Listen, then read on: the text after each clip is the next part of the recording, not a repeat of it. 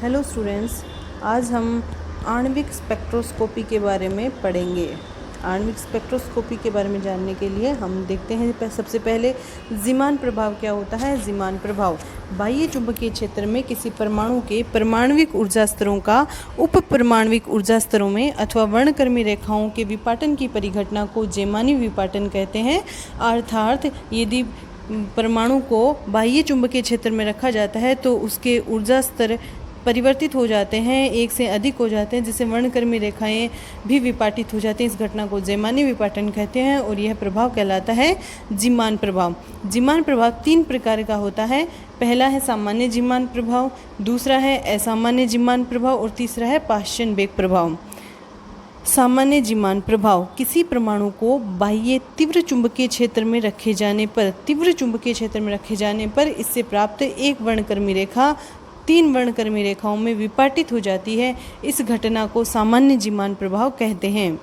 अथवा इसको दूसरे शब्दों में यूं भी कहा जा सकता है, किसी परमाणु को बाह्य तीव्र चुंबकीय क्षेत्र में रखे जाने पर एक परमाणुक ऊर्जा स्तरों का तीन परमाणुक ऊर्जा स्तरों में विपाटन का जो प्रक्रम है वो सामान्य जीमान प्रभाव कहलाता है। असामान्य जीमान प्रभाव किसी परमाणु को दुर्बल चुंबकीय क्षेत्र में रखे जाने पर सामान्य जीमान प्रभाव में प्रबल चुंबकीय क्षेत्र में रखा जाता है, असामान्य जीमान प्रभाव में दुर्बल चुंबकीय क्षेत्र में रखा जाता है। तो किसी परमाणु को दुर्बल चुंबकीय क्षेत्र में रखे जाने पर एक वर्णक्रम रेखा का तीन से अधिक वर्णक्रमीय रेखाओं में विपाटन हो जाने के प्रक्रम को असामान्य जीमान प्रभाव कहते हैं। सामान्य जीमान प्रभाव में प्रबल चुंबकीय क्षेत्र था और जो वर्णक्रमीय रेखा है एक वो तीन वर्णक्रमीय रेखाओं में विपाटित हो रही थी। यहाँ पर एक वर्णक्रमीय रेखा तीन से अधिक वर्णक्रमीय रेखाओं में विपाटित होती है। पाश्चन वेग प्रभाव जब किसी परमाणु को अत्यधिक तीव्र चुंबकीय क्षेत्र में, यहाँ पर चुंबकीय क्षेत्र के कैसा है, अत्यधिक तीव्र चुंबकीय क्षेत्र में रखा जाता है तो कक्षीय और चक्रीय गतियों के सम्मिलित प्रभाव से प्राप्त एलएस युग्मन टूट जाता है। जो एलएस युग्मन की वजह से एक रेखा तीन रेखाओं में या तीन रेखाओं से अधिक रेखाओं में विपाटित हो रही थी, वह टूट जाता है। इसे पाश्चन वेग प्रभाव कहते हैं। तो जीमान प्रभाव दो तरह का होता है, सामान्य जीमान प्रभाव, असामान्य जीमान प्रभाव। जो तीसरा तरह का पाश्चन वेग प्रभाव है वो तब आता है जब हम अत्यधिक तीव्र चुंबकीय क्षेत्र की बात करते हैं। हम सामान्य और असामान्य जीमान प्रभाव में अंतर देख लेते हैं। सामान्य जीमान प्रभाव और असामान्य जीमान प्रभाव में अंतर। पहला है सामान्य जीमान प्रभाव में परमाणु या स्पेक्ट्रम स्रोत प्रकाश स्रोत को प्रबल चुंबकीय क्षेत्र में रखा जाता है, जबकि असामान्य जीमान प्रभाव में दुर्बल चुंबकीय क्षेत्र में रखा जाता है। सामान्य जीमान प्रभाव में एक स्पेक्ट्रमी रेखा तीन स्पेक्ट्रमी रेखाओं में विपाटित होती है, जबकि असामान्य जीमान प्रभाव में एक स्पेक्ट्रमी रेखा तीन से अधिक स्पेक्ट्रमी रेखाओं में विपाटित होती है। सामान्य जीमान प्रभाव में केवल कक्षीय गति को प्रभावी रूप से उपस्थित माना जाता है, कक्षीय गति को माना जाता है, जबकि असामान्य जीमान प्रभाव में कक्षीय व चक्रणीय दोनों गति का सम्मिलित प्रभाव देखा जाता है। सामान्य जीमान प्रभाव में प्रचक्रण कक्षा युग्मन का योगदान नगण्य होता है, क्योंकि इसमें केवल कक्षीय गति को प्रभावी माना जाता है, इसलिए प्रचक्रण कक्षा युग्मन का योगदान नगण्य होता है। जबकि असामान्य जीमान प्रभाव में प्रचक्रण कक्षा युग्मन प्रभावी रूप से होता है, इसीलिए इसमें कक्षीय और प्रचक्रण दोनों युग्मन का प्रभाव होता है। अब बात करते हैं तीव्र चुंबकीय क्षेत्र के अंतर्गत प्रकाश स्रोत का अध्ययन, या ऐसे कह सकते हैं सामान्य जीमान प्रभाव के विशिष्ट प्रकार कौन कौन से हैं कि तीव्र चुंबकीय क्षेत्र में क्या क्या होता है। तो देखिए, सामान्य अनुप्रस्थ जीमान प्रभाव जब किसी प्रकाश स्रोत को चुंबकीय क्षेत्र के लंबवत रखा जाता है, मान लीजिए एक चुंबकीय क्षेत्र उसके हमने क्या किया, परपेंडिकुलर किया है, तो हमें तीन वर्णक्रमीय रेखा जिसमें से बाहरी घटक सिग्मा रेखाएं होती हैं, तीन वर्णक्रमीय रेखाएं बनेंगी, कुछ इस तरह की रेखाएं बनेंगी तीन। तो बाहरी तो दोनों होंगी आपकी सिग्मा और बीच वाली होगी पाई। तो इसे हम कह सकते हैं कि तीन वर्णक्रमीय रेखा जिसमें बाहर वाले घटक सिग्मा होते हैं और मध्यम वर्णक्रमीय रेखा पाई रेखा होती है, जो कि रेखिक ध्रुवित होती है। अब है सामान्य अनुदैर्ध्य जीमान प्रभाव जब प्रकाश स्रोत को चुंबकीय क्षेत्र के समानांतर दिशा में प्रेक्षित किया जाता है। यहाँ पर यह चुंबकीय क्षेत्र के समांतर दिशा में प्रेक्षित है, तो चुंबकीय क्षेत्र के समांतर दिशा में प्रेक्षित किया जाता है तो हमें वर्णक्रम में केवल बाहरी घटक सिग्मा रेखाएं प्राप्त होती हैं। यहाँ पर हमें ये सिग्मा रेखाएं हैं दो, μ1 और μ3 आवृत्ति वाली, यही दो प्राप्त होती हैं। जो वृत्त ध्रुवित घटक होते हैं, इस स्थिति में हमें मध्यम वर्णक्रम रेखा प्राप्त नहीं होती है। इसे सामान्य अनुदैर्ध्य प्रभाव कहते हैं। सामान्य जीमान प्रभाव की हम व्याख्या देख लेते हैं। किसी परमाणु में गतिशील इलेक्ट्रॉन की कक्षीय गति के कारण उनसे संबंधित कक्षीय चुंबकीय आघूर्ण होता है mu L vector is equals to minus E upon 2m L vector. इसको इक्वेशन नंबर 1 दे देते हैं। कक्षीय गति के कारण उत्पन्न होने वाला इस कक्षीय चुंबकीय आघूर्ण तथा परमाणु पर आरोपित बाह्य चुंबकीय क्षेत्र के मध्य अन्योन्य क्रिया होती है तो बल आघूर्ण उत्पन्न होता है, जिसका मान है tau is equals to mu L vector cross of B vector. Mu L vector का मान इक्वेशन 1 से पुट कर देंगे तो हमारे पास टो वेक्टर आ जाएगा minus E upon 2m L vector cross B vector. इसको इक्वेशन नंबर 2 दे देंगे। इस बलाघूर्ण के कारण कक्षीय कोणीय संवेग चित्रानुसार बाह्य चुंबकीय क्षेत्र के चारों पुरस्करण गति प्रारंभ कर देता है। यहाँ पर हम देख पा रहे हैं कि ये बाह्य चुंबकीय क्षेत्र है और ये एल वेक्टर है जो इसके चारों ओर पुरस्करण गति करता है और हमें दो शंक्वाकार आकृति मिलती हैं। अतः पुरस्करण गति के कारण परमाणु में संग्रहित अतिरिक्त चुंबकीय स्थितिज ऊर्जा U is equals to minus mu L vector dot B vector प्राप्त होती है। U is equals to minus mu L vector की वैल्यू रख देते हैं minus E upon 2m into L vector dot B vector. U is equals to हो जाएगा minus minus plus हो जाएगा E upon 2m L vector dot B vector. यहाँ से U आ जाता है E upon 2m L B cos theta. L cos theta को एक साइड में कर लेते हैं। L cos theta L Z होता है तो यहाँ से हमारे पास आ जाएगा U is equals to E upon 2m B L Z. इसको इक्वेशन नंबर 3 दे देंगे। कोणीय संवेग के जेड दिशा में अर्थात चुंबकीय क्षेत्र की दिशा के अनुदिश मतलब एल जेड कुछ विविक्त मान ही संभव होते हैं। अर्थात दिक् क्वांटीकरण के अनुसार एल जेड हमारा होता है एम एल एच क्रॉस में, तो एम एल के माइनस एल से प्लस एल तक कुल 2l + 1 मान संभव होते हैं। अतः समीकरण 3 से u is equals to E upon 2m B M L H cross हो जाता है। तो यहाँ से u is equals to E upon 2m B M L H cross होता है h अपॉन 2 जहाँ h प्लांक नियतांक है। U is equals to E H upon में 4πm जितने भी कॉन्स्टेंट हैं। यहाँ पर E इलेक्ट्रॉन का आवेश है, H प्लांक नियतांक है, M इलेक्ट्रॉन का द्रव्यमान है इंटू बी एम एल। यहाँ से हम U को ये जो कॉन्स्टेंट है ई एच अपॉन 4πm इसको म्यू बी लिखते हैं Bohr magneton into B M L. इस अतिरिक्त स्थितिज ऊर्जा के कारण परमाणु के ऊर्जा स्तर विपाटित होते हैं क्योंकि M L is equals to 2l + 1 होने के कारण चुंबकीय स्थितिज ऊर्जा के कुछ विविक्त मान ही संभव होते हैं क्योंकि एम एल की वैल्यू 2l + 1 होती है और ये माइनस एल से एल तक होती है।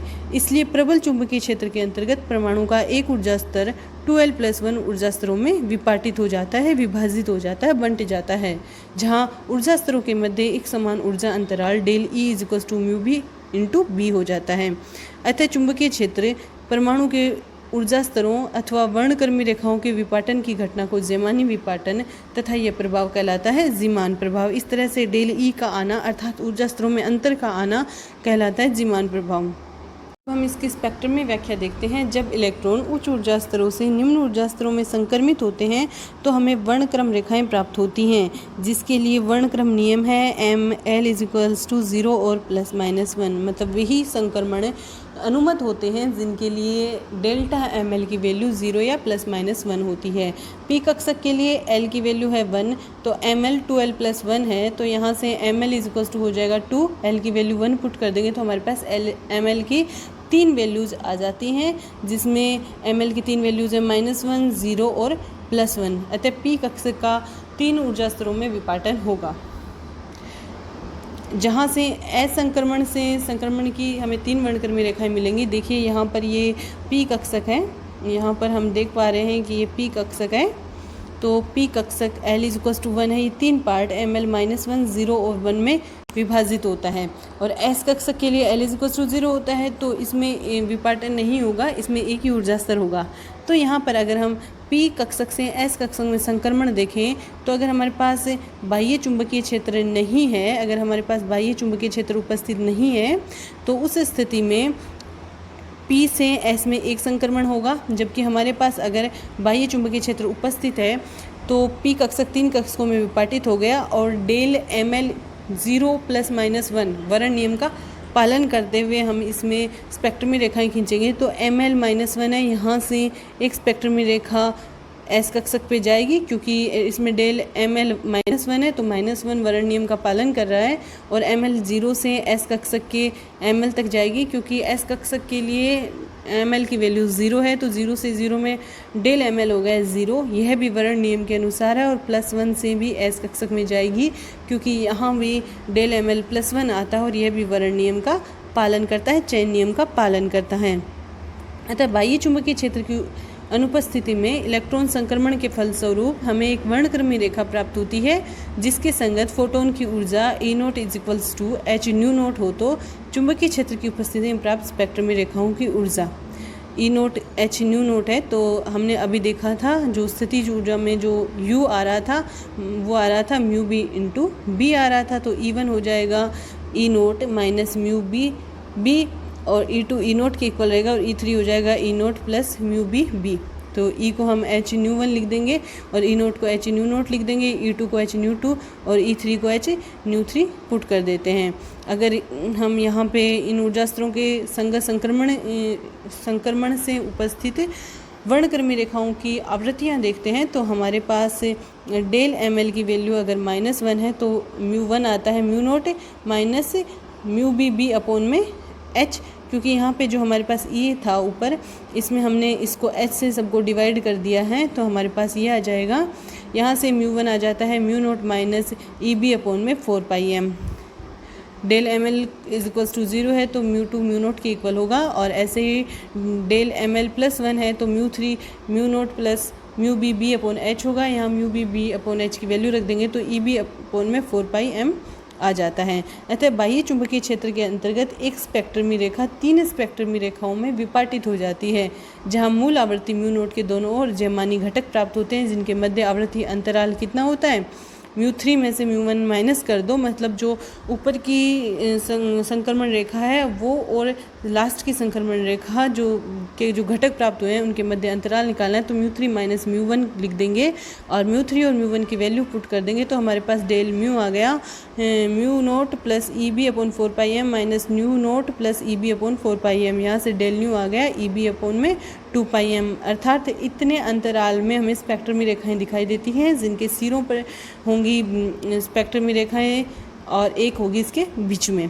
पी कक्षक के लिए। ऐसे ही दूसरे डी के लिए अलग होगा। चलिए देखते हैं, हमारे 2018 में आया हुआ एक क्वेश्चन भी हमारे पास, किसी एक परमाणु के लिए डी अवस्था से पी अवस्था में सामान्य जीमान प्रभाव के अंतर्गत संक्रमण फलस्वरूप ऊर्जा स्तर बनाकर व्याख्या कीजिए। तो पहले हमें ऊर्जा स्तर बनाने हैं।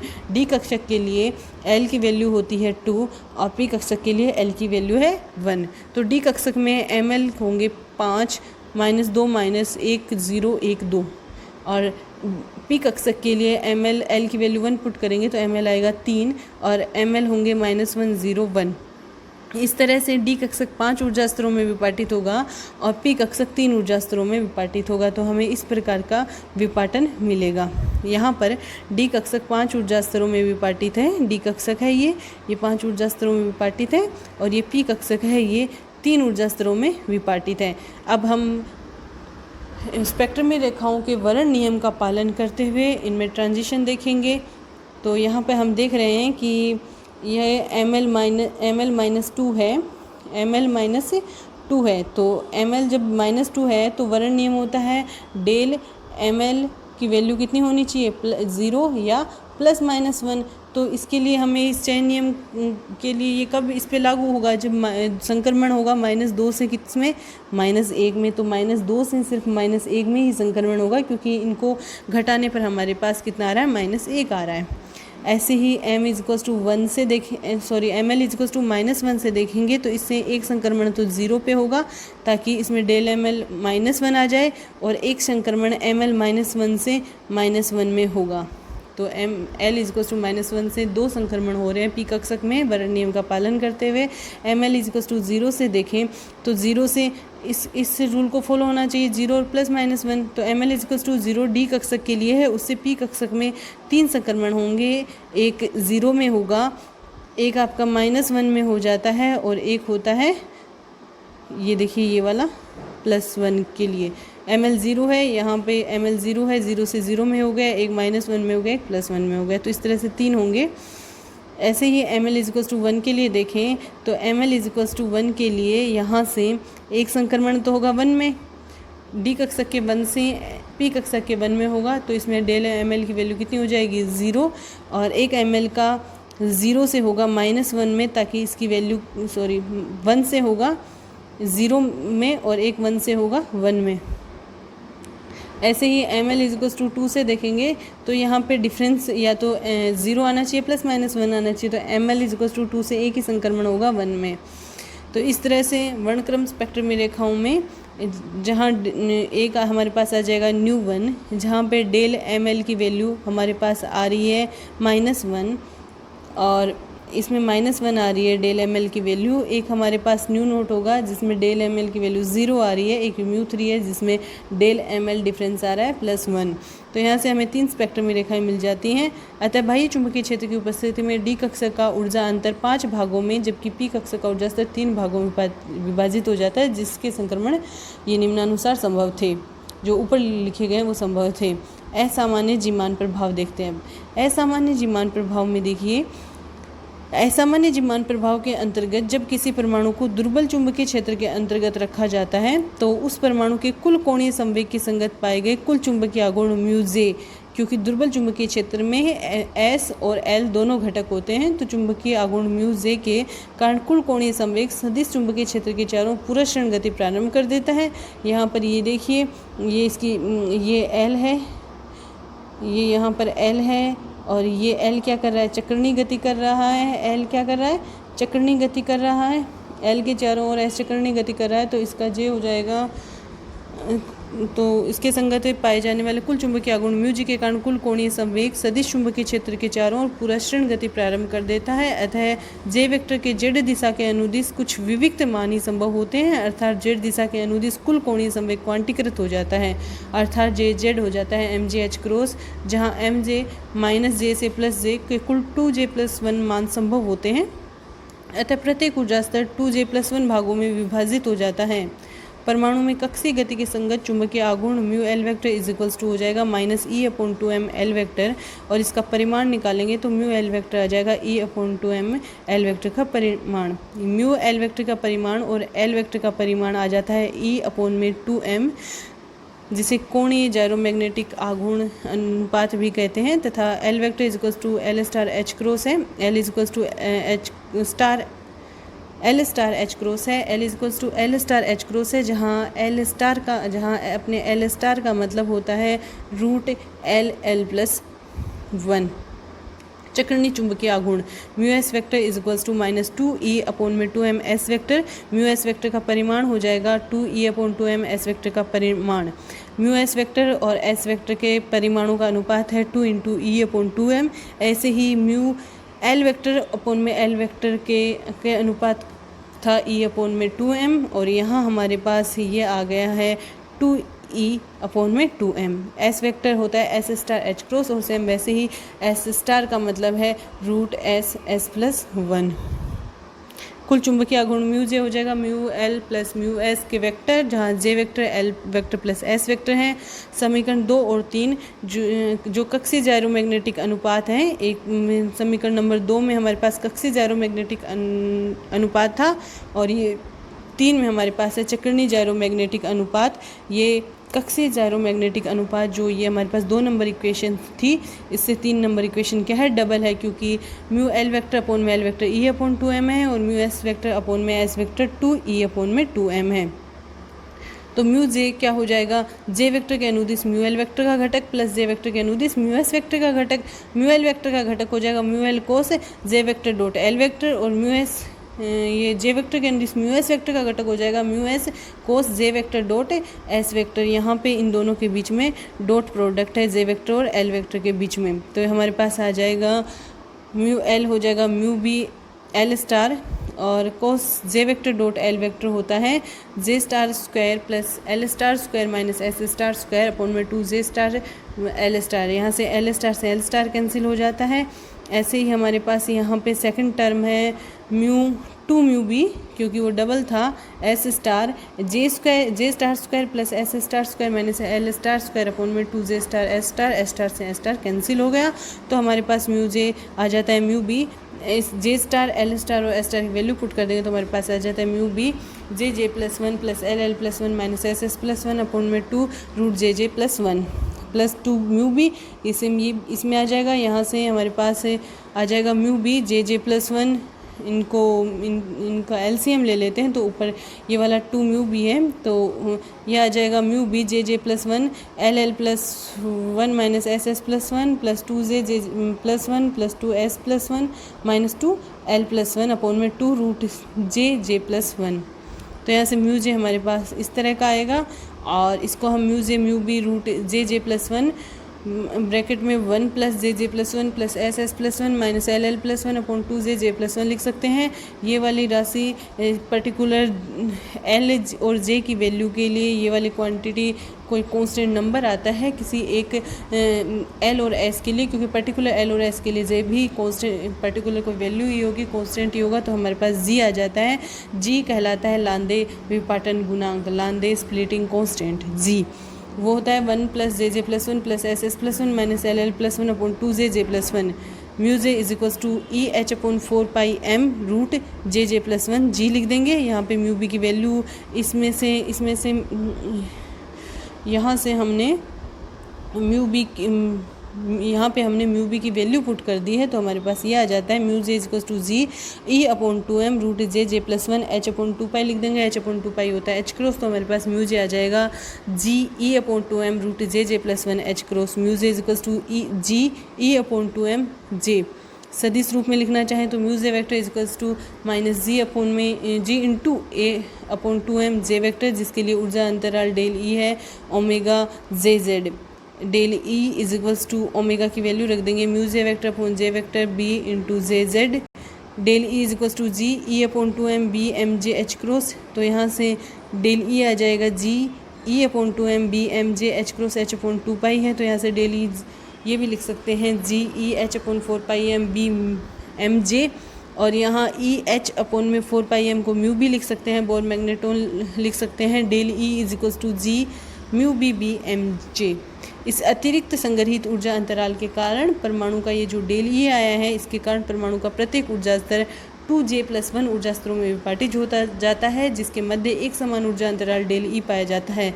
अतः मूल ऊर्जा स्तरों तथा विपाटित ऊर्जा स्तरों के मध्य संक्रमण के फलस्वरूप हमें कई स्पेक्ट्रमी रेखाएं प्राप्त होती हैं जो असामान्य जीमान प्रभाव को प्रदर्शित करती हैं। धन्यवाद।